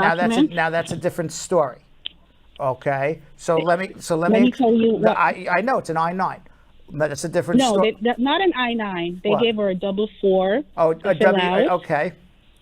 And they gave her an I-9, and she put her passport number on it. Okay, so this is the answer. Okay, and the answer is this: are you working legally? No, you are not working legally. The fact that you're working without status, is that an extra penalty against you for some reason? No. The fact that you're undocumented makes you deportable. You're not extra deportable because you're undocumented and working illegally or working without papers or whatever words you want to use. They can't doubly deport you. Okay? So I mean, the worst thing that could happen is if they find you, you get put in deportation. They don't say, okay, we found you and you're working undocumented. Now you have double secret deportation. There's no such thing. Deportation is deportation. So whether you're here, you might as well go. You might as well be working because if you're undocumented, you might as well be working because there's no extra penalty for you working than from not working. That's the immigration law. I'm not saying it's right or wrong. Let me finish my sentences. I'm not saying it's right or wrong. It is what it is. It's because you're asking me, can I work? Well, nothing more bad will happen to you from working than from not working. Okay? And so, but you're asking me, is it legal for you to work? No, it's not legal. No. What is the penalty for you if you're working versus not working? None. Now, okay, now you're married to an American citizen. Okay? If you're married to an American citizen, you tell the truth. You worked undocumented. There's no penalty for working undocumented, being married to an American citizen to get your green card. There is a penalty for lying. And there's two places you could be lying. You could be lying on an I-9 form. If you fill out the I-9 form and you lie about your status, now you're committing a crime, and now you're committing a misrepresentation under immigration law, So you can't fill out the I-9 incorrectly. It's up to the employer whether they want to accept that I-9 or not. If the employer says, no, I can't accept this, it doesn't show that you're legal to work, well, then you can't work then. The employer's not going to hire you. If the employer closes their eyes and wants to hire you, well, it's all on them now. If you're discovered working undocumented, you don't get extra penalties. It's a penalty on the employer, $2,000 fine. Oh, wow. You understand? Well, she did fill it out, and she put, there's a section on it that says foreign passport number, and she did that section, and then she put her social security number. Fine. But So she was she just told the worried truth. if it was going to affect her, She told the truth. Now, one other thing. There are some employers who are part of a special system that they upload your information to USCIS to confirm you're legal to work. So if you're going to be uploaded onto, then you don't want to apply for those jobs because USCIS will come back and say you're undocumented, and that alerts immigration to come find you. So you don't want to apply for those jobs, but those are big corporations that are doing that. Okay. All right. Thank you so much for that information. Really appreciate it. Okay, you're welcome. Let's go to Anthony in Boston. Anthony. Hi, can you hear me? How are you? I'm good. How are you doing? Good. What's up? So my spouse and I just recently filed a joint I-751 removal conditions application, and they recently gained an employment out of the United States. So initially, 2 years ago, we had an adjustment of status interview. Now, I wanted to know if this would cause any problems for my case if we were called for an interview this time. Wait, I don't understand what happened. What happened the first time around? I don't understand what happened the first time that there's a problem. Oh, so we had an interview. We had an interview for during the adjustment of status period. Right. Now that he has gone to employment, I am wondering if this is going to affect my case. You said unemployment? No, employment out of the United States. What do you mean by he has employment in the United States? I don't understand your question. Or maybe I'm outside. I'm sorry, he's working outside of the United States. Yes. Okay, so he's not in America right now. No. Okay. And you're the one who's applying for the 10-year card, or you're the U.S. citizen? Yes, I am, yes. Okay. What is he doing in another country? He works on a cruise ship. He works on a cruise ship. What happens when cruise ship is over? He comes back and lives with you? Yes. Well, you're supposed, is it going to have an effect? Yes, it's going to have an effect. Does that mean you can't prove it's a bona fide marriage? No, you should still be able to prove it's a bona fide marriage. My husband works on a cruise ship, and when the cruise ship comes and docks and he's done with his work, he comes and lives with me in a bona fide marriage. You know, immigration, they wear blinders on, like a horse with blinders. And they want to know, does he live in your house every day, and do you have a joint financial relationship? So there's a reason why he doesn't live in the house. His work takes him on a cruise. But when it's done, he comes and lives with you. So so in this situation, hopefully you guys have a lot of joint financial documents to show that you have a joint financial relationship. Because if you're going to go in with something to say, well, he works on this cruise ship and he comes home and then he leaves and comes home, at least if you have a lot of joint financial documentation, it all makes sense. Okay. Another question. Does this qualify me for an expeditious request from them, by any chance? Does this, what'd you say, an expedite? Yeah, can I expedite my case? No, you don't get an expedite because your husband works on a cruise ship. Okay. All right. Okay. All right. Thank you so much. You're welcome. Okay. Let's go to Precious in Chicago. Precious. Hi, can you hear me? I do. What's going on? Okay, so I just wanted to find out if it is possible for a VAWA green card holder to file for their F1 visa spouse. Can a VAWA visa holder apply for an F1 visa spouse? No, a VAWA green card holder. Okay, so you have a green card. All right, so you have a green card and you want to get married to someone who's on a student visa. Right, not me, a friend. A friend, okay, whoever. Your friend guy's a green card, wants to marry someone on a student visa. They got their green card through VAWA. Yes, they can get married. And as a matter of fact, if the spouse who's on the student visa is in legal status and is going to school, as soon as they get married, they can file an adjustment application for him. Okay. And how long will the adjustment take? About 12 months unless visas retrogress. Okay. All right? All right. Thank you. You're welcome. Adrian in Queens. Adrian. Yes, sir. How are you? I'm okay so far. Good. I'm okay so far, Sue. Okay. All right. My question to you is this, right? If a person is married to a permanent resident, right, and the I-130 case is approved, and that person abandons you, how can you go about without going to the police if you have not reported it? How can you go about to continue the process? Well, there's no such thing as reporting I got abandoned by my spouse. Police could care less whether your spouse left you or not. It's not a crime to leave your spouse. What you're asking is, and a lot of people ask this all the time, I thought I can file for a green card based on abandonment. No, there's no such thing as file for a green card based on abandonment. There's such a thing as file for a green card based on abuse. So if your spouse abused you and then subsequently abandoned you, well, the abandonment has nothing to do with the case. It was the abuse while you were living together. So if you're abused, you file a VAWA case. If your spouse just abandoned you and had nothing to do with abuse, well, you're just an unlucky person. You didn't get along with your spouse. So now you either find her and figure out how to live with her and get along, or get divorced and find another way. Or abuse, if there was abuse. But there's no such thing as abandonment. Okay, so but abuse can come under many different cases, right? Like abuse could be emotional abuse, extreme emotional abuse. Abuse could be physical abuse. So verbal abuse could be could be a component of extreme emotional abuse.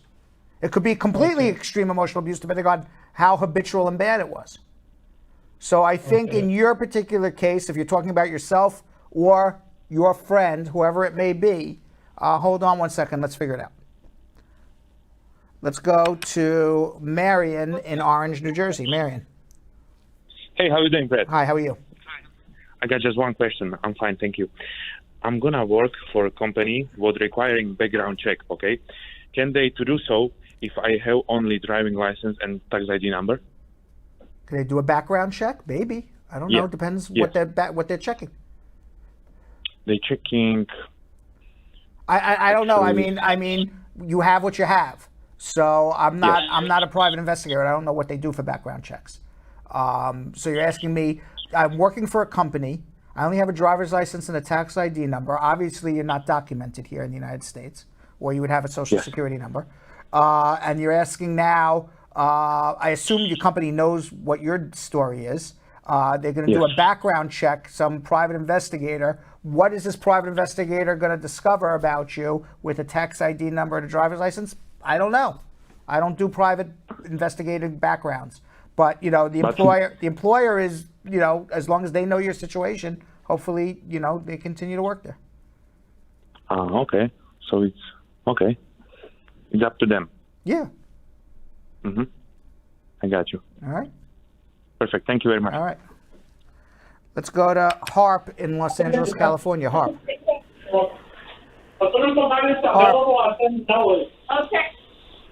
Harp. Ready? Harp. How long ago the car got ready? Harp. Just right now? Azan, someone check out Harp. Azan in Long Island. Hi, Brad. How are you? Hi, how are you? I'm doing good. I love your show and I keep good work.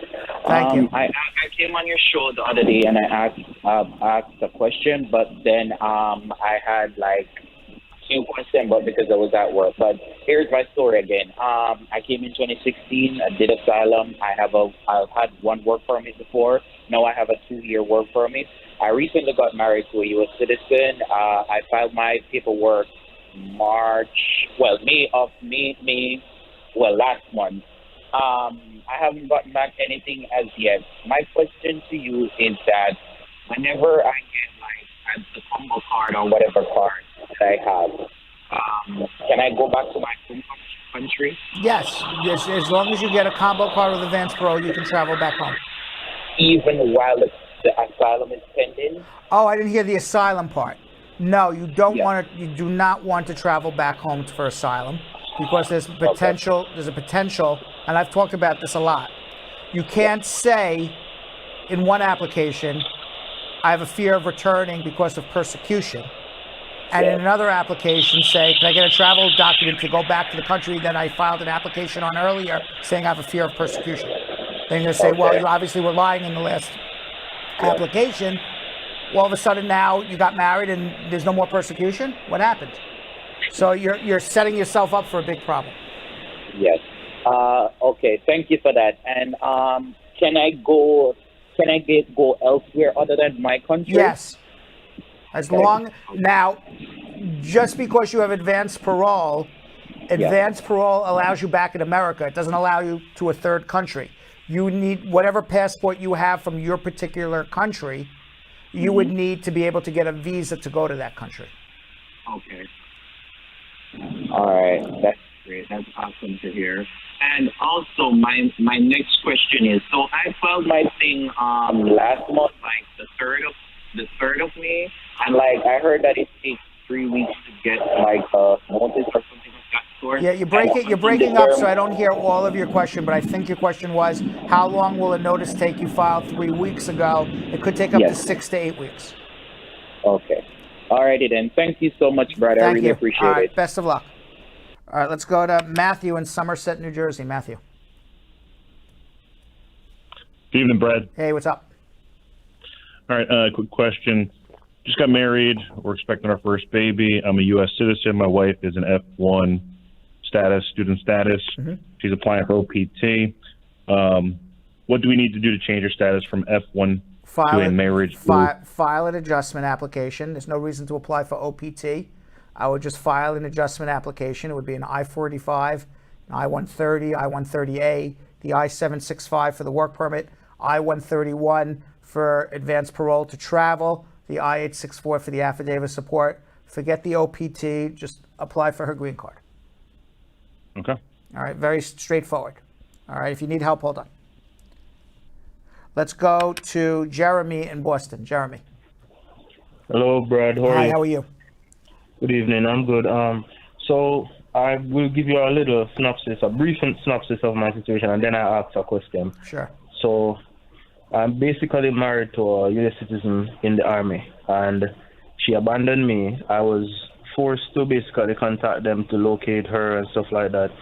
And when I found her, they basically quoted that, we're married and there's no evidence that there's no written or oral support agreement or whatever. They basically said that there's an Army regulation that says that she basically receives allowances and monies or whatever based on my presence in the United States. I didn't know that. Then they basically counseled her and let her set up a payment plan for me, and that she sends me money or whatever. However, they basically put me in a situation where I still don't know where she is, and I have to basically be trying to guess and spell what to do.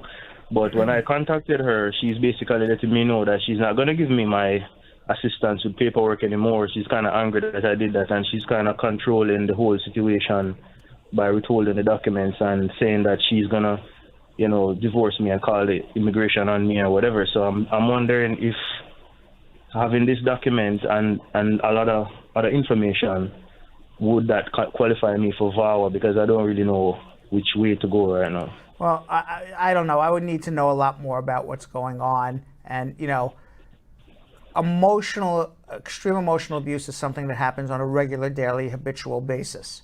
It doesn't appear that this is happening on a regular, habitual basis. She actually disappeared for a very long time. So to me, based on the little you told me, it does not sound like a very strong VAWA case. What I would suggest you do, though, is let's have a consultation. Let's figure out what all your options are, okay? I would like to do that. How do I go about it? No, hold on one second. All right. Let's go to Harp is back in Los Angeles. Harp. Hello? Hi, how are you? I'm doing good. How are you? Good. What can I do to help you today? Yes, I cannot hear you well. Give me a second. Can you hear me well now? I heard you well from the beginning. Do you hear me better now? Okay. Hi. All right. So my wife came to USA. It has been more than 45 days.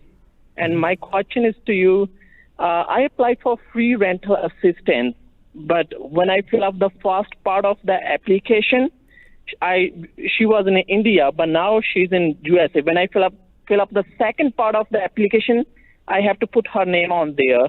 Do you think that could cause any problem for her green card? What is the application that you're making? A rental assistance. From who? Who's giving you the assistance? The Los Angeles County. It certainly doesn't help your case. I'm not exactly sure what the rental assistance program is in Los Angeles County. If it's Section 8, Section 8 is government assistance. It could go against, it has nothing to do with you adding her name. It's the fact that you're getting government assistance. So, but when I fill up the application, the first part of the application, she was in It has India. nothing to do. It has nothing to do. This is your wife. You're the U.S. citizen. You're filing for her.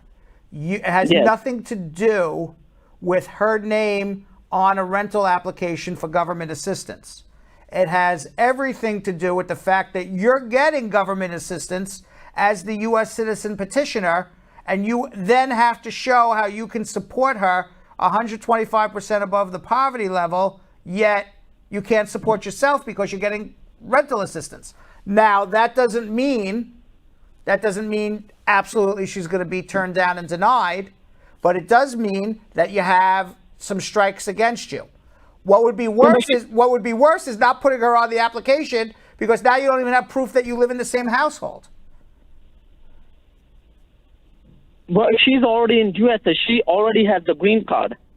Oh, then if she already has the green card, then put her on the... So what is the question then? My question is that once she's going to get for citizenship, It will not. after 3 years, It will not affect. I would put her on the application, and it will not affect her citizenship. Poverty guidelines don't affect citizenship. What may affect citizenship is applying for citizenship after 3 years and not being able to prove you live in the same home. I see. So that, okay. And one more question to ask you. Give me a second. What is your question? Okay, never mind. You already answered this one. Okay. Sorry about that. All Thank right. you. I appreciate it for your hard work, okay? Thank you. Thank you. Thank you. Adrian in Queens, how are you? Adrian. Yes, sir. How are you? I'm good so far. What's going on? How can I help? Yes, as I was saying that I was saying to you earlier that I'm married to a non-resident, a non-U.S. citizen, right? Right. And basically, the case is this: she has threatened me, telling me that when the COVID is over, we will get a divorce. We talked already about this. I said it's not abandonment, but you may have a VAWA case, and we should have a consultation. No? Okay. All right, hold on. Let's go to Bimta in Hendon, Virginia. Hi, Brad. Hi, how are you? Good. Brad, I want to ask you some question. Yes. I am a Canadian citizen, and now I am overstay on USA, and I want to know how you can help me to have a work permit to work here, please. How did you come to the United States? You just crossed the border as a citizen? No, I just passed the border regular. Okay. Like a. And how long have you been in the United States? Before I go come, but after 8 years I stay here because I love here. Okay. Where are you originally from? From Senegal. From Senegal. What family do you have in the United States? I have some friends, some neighborhood from Senegal. How do you support yourself? Sometimes I work like braiding hair or, some job to do. You either you have no family, you don't really have a job to sponsor you in. I assume you don't have $1 million to invest in a business. You can't apply for asylum from Canada. You're a Canadian citizen.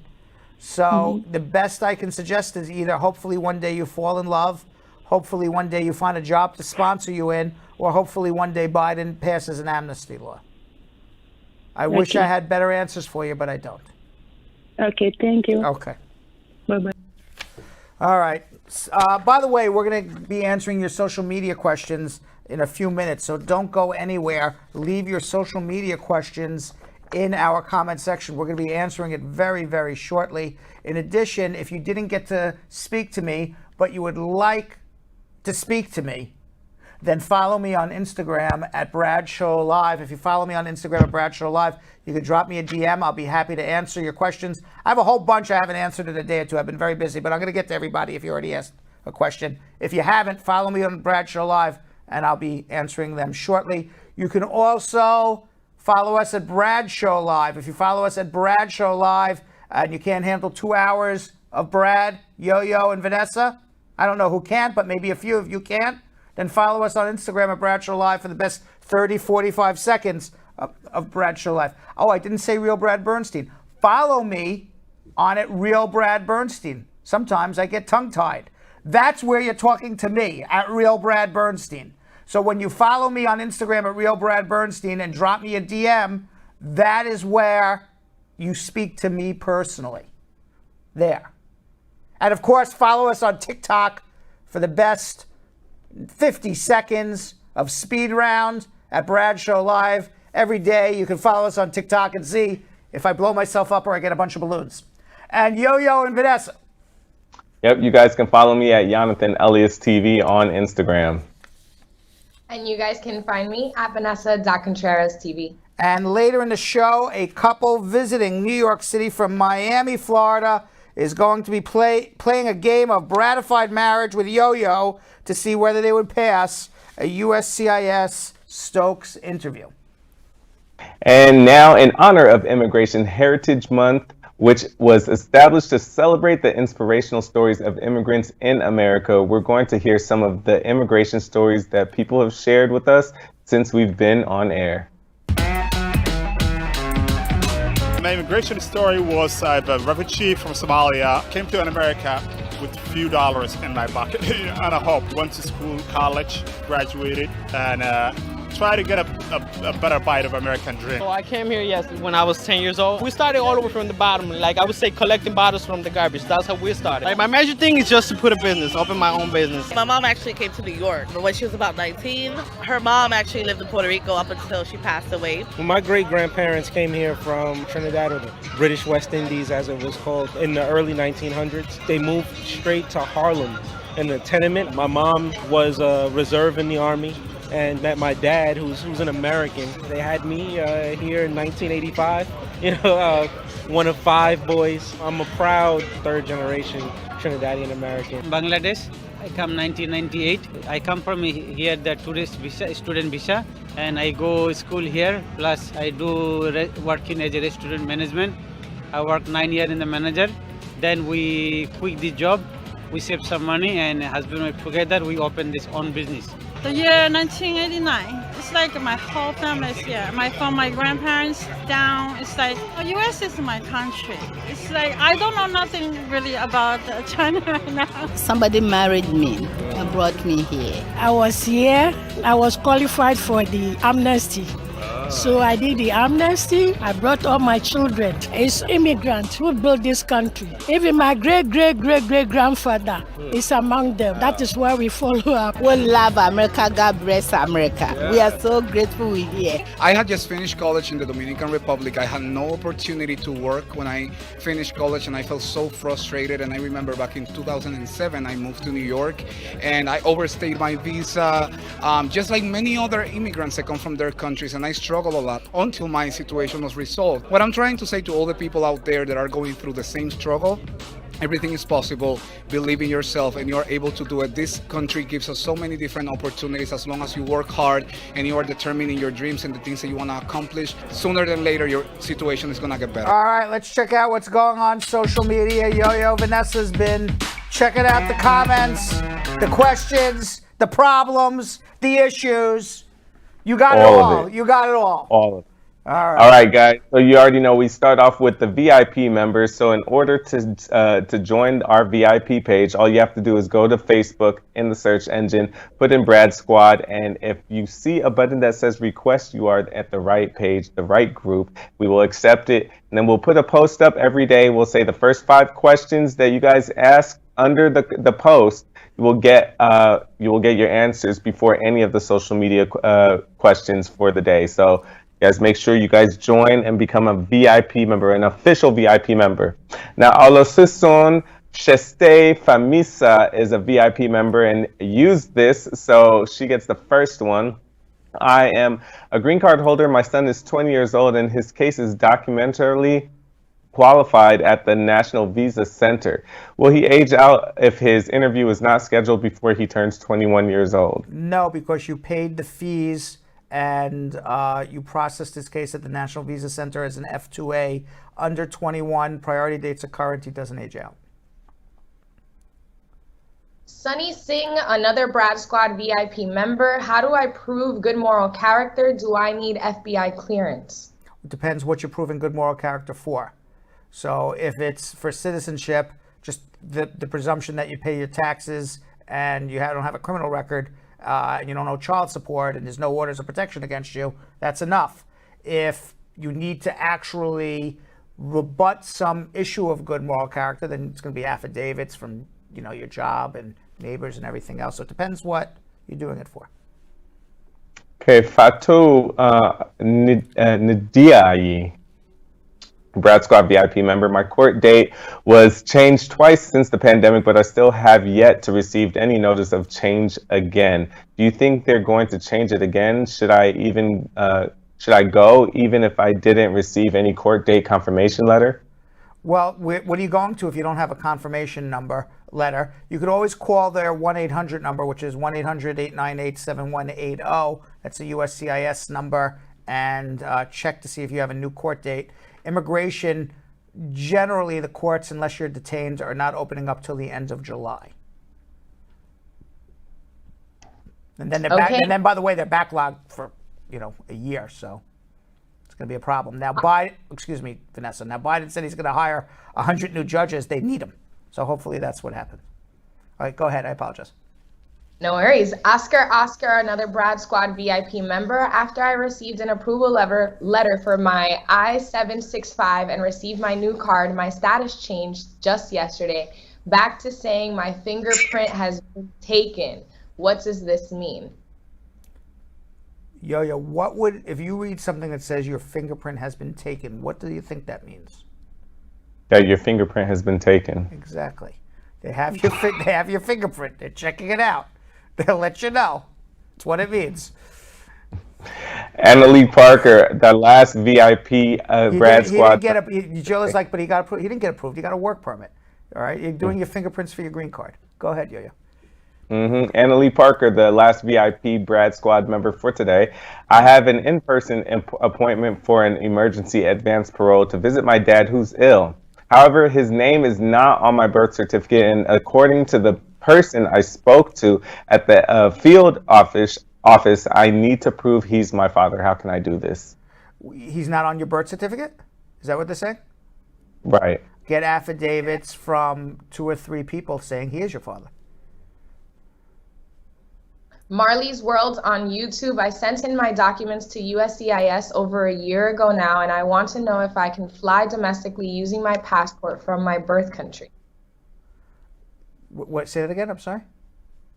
I don't know if there's no documents. You need more info, but I sent in my documents to USCIS over a year ago now, and I want to know if I can fly domestically using my passport from my birth country. Yes, you can fly domestically even if you didn't send documents to immigration. Stargirl Mika on Facebook. Can a U.S. citizen who has not filed taxes in 11 years marry and file for his girlfriend without any problems? And if not, how about if the person gets an additional affidavit of support? Could that work? Depends why he hasn't filed tax returns. Maybe he's disabled. Maybe he hasn't worked.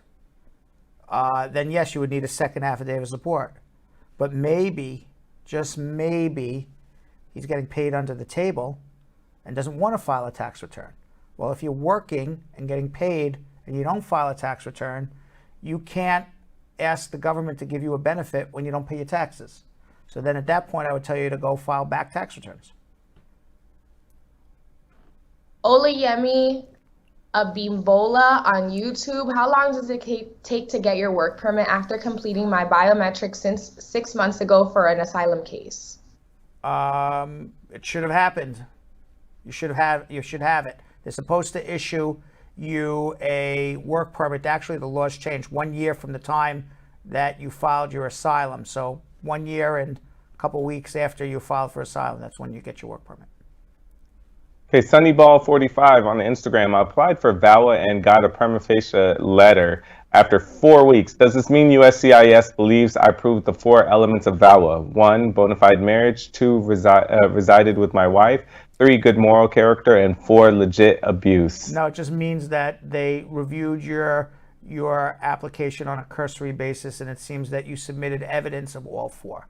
Whether you proved it or not, that's down the line. Purple World on YouTube. How long will it take the USCIS to approve an I-824 for my kids who are currently in Jamaica? At least a year, unfortunately. Onyemi Priscilla on YouTube. I was asked to leave the U.S. I'm still living here with fear of going back to my country. What can I do to get things right at this point? Who asked you to leave?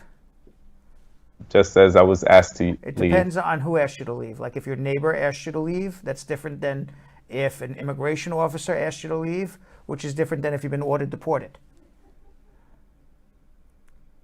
Green21778 on YouTube. I am on an F1 visa student and in the F2B category as of August 2016. Can I apply for an AOS when my date becomes current? Does AOS go to NVC or USCIS? Should I apply for OPT and then AOS? Does OPT contradict AOS? OPT doesn't contradict AOS, but if you're in legal status on a student visa in the F2B category and your priority date's current, just file an adjustment. Abdullah Sabri on YouTube. Can you please explain what the 120-day rule is in regard to an N400 interview? After you go for your interview, they have 120 days to give you a decision. After 120 days, they're violating your rights. At that point, you have 2 choices. Let them violate your rights until they decide to make a decision, or you can file what's called a de novo review, take the case out of the hands of an immigration officer and ask a federal judge to intervene and make a decision on your citizenship. 2 more. Jay Anderson on Facebook. It's been 1.5 years since I filed for VAWA and I received an EAD after 4 months. Is it normal to not get a prima facie determination? It's normal if you didn't prove your case. Okay, last one, Sasha Ford, Facebook. I've been married for 4 years to my husband and we have been filing taxes together for 4 years now. If I got my permanent residency in June 2019, am I eligible to apply for my citizenship now? June 2019, married to a U.S. citizen, that means it's going to be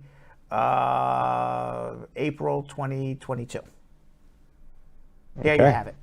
Now, in today's Hump Day, Yo-Yo, you may remember this. Mm-hmm. We're throwing it back to when Yonathan played a game of Bradified Marriage with Anna and Julio, a couple who was visiting New York City from Miami, Florida, testing them to see if they could pass an Immigration Stokes marriage interview. Let's see how they do, and would you and your spouse pass? Let's watch. What's up, Brad Squad? It's your boy Yonathan Elias out here in the streets of New York. We're gonna find a lucky couple. We're gonna give them some questions that we took from the Stokes interview. And if you guys don't know what that is, I'm gonna let you know right now. The Stokes interview is actually an interview that a couple has to take in order to file for each other. But our version is the Bradified Marriage. Let's go find this couple. And I found this amazing looking couple right here. My name is Ana Burgos. Ooh. I'm Julio Cuevas. Yeah, and where you guys from? Miami. Woo! You guys are far away from home. What are you guys doing out here? Vacation. So we see Anna back there. Look at her. Yeah. She can't cheat. All right. Yeah, right, so right. we're gonna talk a little low. How many people attended your wedding? Like 15. All right, Anna. You ready? Yes.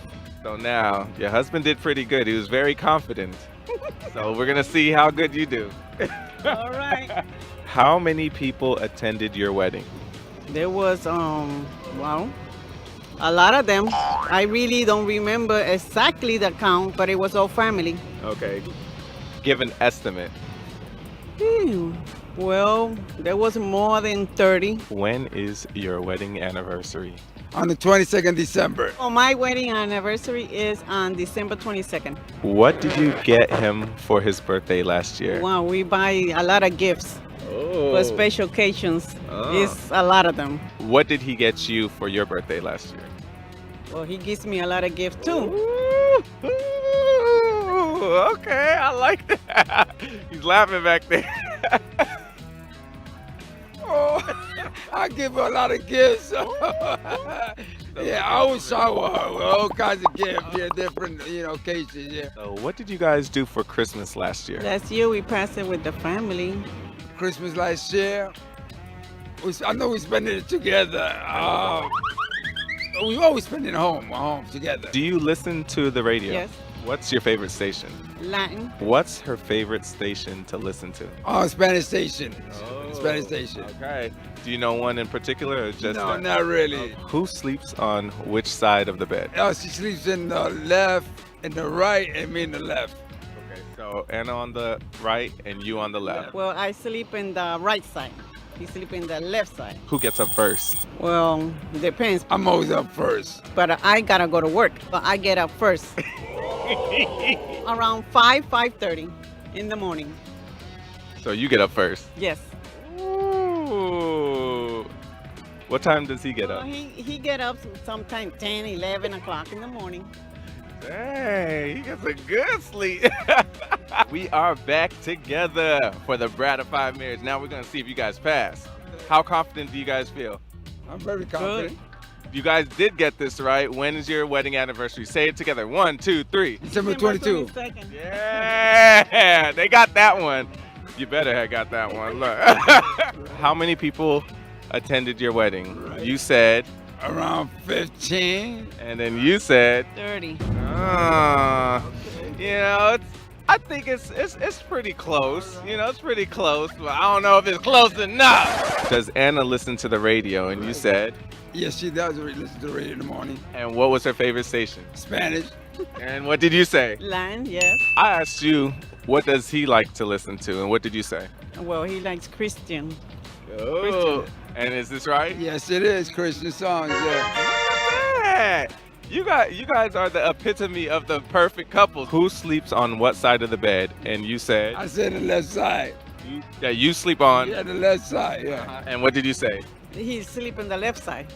Look at that. This is pretty impressive. Who gets up first? So what did you say? I said I'm beginning up myself first. I say myself. You guys still passed in my books, though. You guys did amazing. You probably got like 2 wrong. But thank you so much for taking our Bradified Marriage test. You guys are amazing. Thank you. And you guys, I'm going to go to Miami back with you guys, all right? Yeah. Well, there you have it, Brad Squad. That was an amazing couple. I think I found a new family that I'm going to go to Miami with.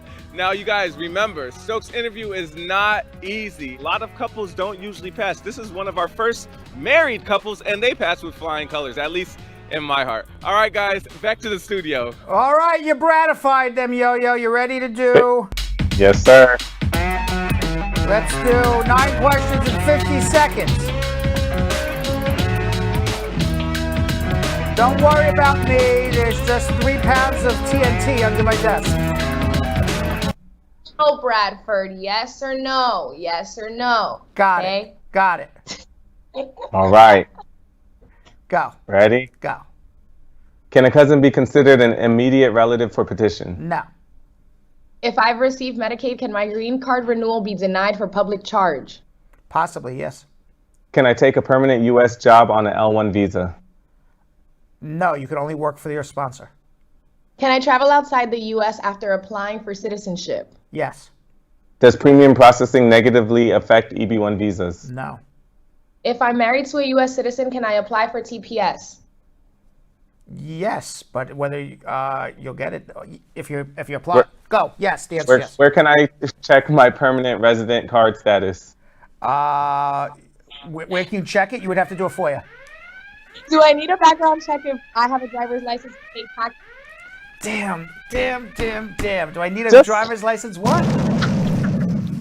A background check. You would have got this. And then the last one, I even know the answer. It's a yell. What was you trying to do over there? I was self-sabotage today. We'll talk about it after. Let's just talk about it. Just answer the goddamn question. Because I need to like throw some color in there. What was the last two questions? Do I need a background check if I have a driver's license and pay taxes? For what purpose? I guess that was the guy. That's why I'm like, for what purpose is that? What do you mean? Do you need a background check for what? Yes. Last is, do I have to be Haitian to qualify for Biden's new TPS update? Yes. Yes, and I knew that one too. Yes. Let's just comments of the day. Comments of the day. All right, don't show this to anybody. Nobody watched that last 50 seconds. That was one of the worst I've ever done. All right, go ahead. Definitely put that on TikTok, y'all. All right, our first comment of the day